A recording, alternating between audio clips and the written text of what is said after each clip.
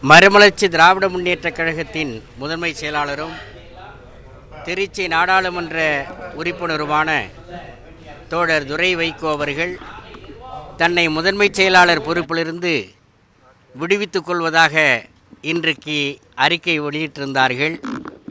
அது குறித்து கழகத்தினுடைய பொதுச் செயலாளர் தலைவர் வைகோ அவர்களோடு கழகத்தினுடைய அவைத்தலைவர் ஆடிட்டர் அர்ஜுனராஜ் அவர்களும் மதுரை தெற்கு தொகுதியினுடைய சட்டமன்ற உறுப்பினர் அண்ணன் புதூர் பூமிநாதன் அவர்களும் நானும் தலைவரிடத்தில் இது குறித்து நீண்ட நேரம் கலந்துரையாடினோம்.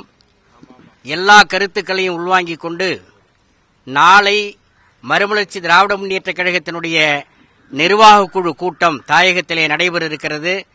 அந்த நிர்வாகக் குழு கூட்டத்தில் முதன்மை செயலாளருடைய விலகல் குறித்து விவாதித்து நல்ல முடிவு அறிவிக்கப்படும்.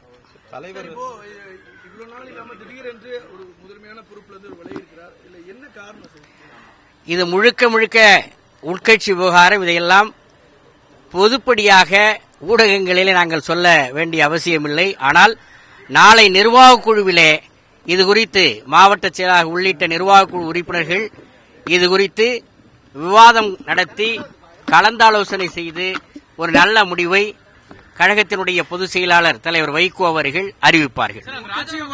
பிளே ஸ்டோர் மற்றும் ஆப் ஸ்டோரில் இருந்து பாலிமர் செயலியை QR கோடு மூலம் பதிவிறக்கம் செய்யுங்கள். செய்திகளை உடனுக்குடன் பெறுங்கள்.